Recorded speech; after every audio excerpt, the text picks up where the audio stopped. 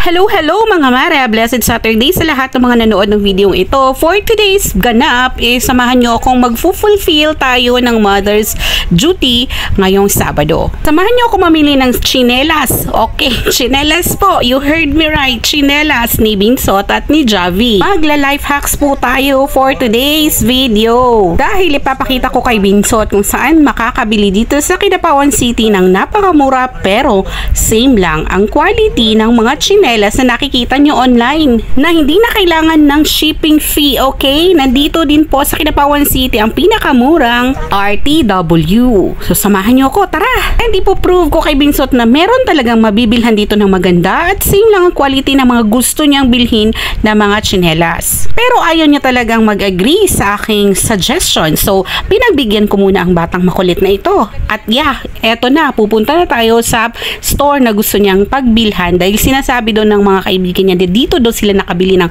napakamurang tsinelas. Kung taga Kidapawan ka, alam mo kung nasa nito, paki-comment na lang po sa comment section para malaman natin na taga Kidapawan ka din. So andito na tayo ngayon sa labas ng store na gusto niyang bilhan ng tsinelas. Tirik na tirik ang araw kasi mga 2:00 ito ng hapon. Nandito po kami sa Yongson at sa second floor po kami papunta kasi nandun po ang mga RTWs at mga tsinelas at iba't ibang mga sapatos, mga damit, etc. etc.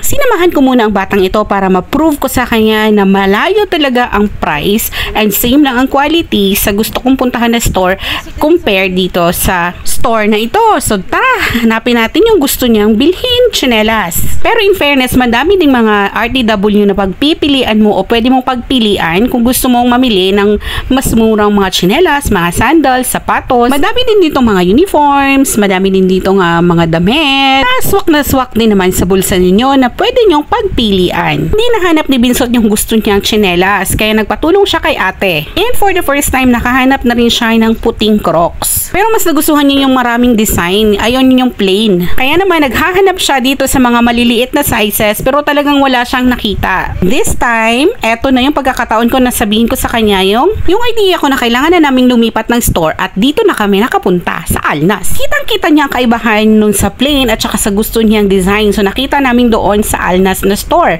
Mas mura at saka mas swak sa gusto niyang design. O, diba? At hindi lang yun, nakabili din kami ng para kay Javi. And therefore, na-prove ko sa kanya na mas talaga kung doon kami bumili kasi mas maganda, mas quality din, at saka mas mura. Sabi ko sa kanya, ayaw mo kasing maniwala. Kung naniwala ka, mas marami ka pang nabili nung December. O, diba? Kaya naman kung kayo gusto nyo rin pagbilhan ng mga anak ninyo, punta na kayo dun sa store na sinabi ko. Kasi naman sa panahon ngayon, mas mahal na ang mga bilihin kaya kailangan nating mag-life hack. At wag na wag kalimutan na mother knows best. Tama nga naman, hindi ba, Binsot?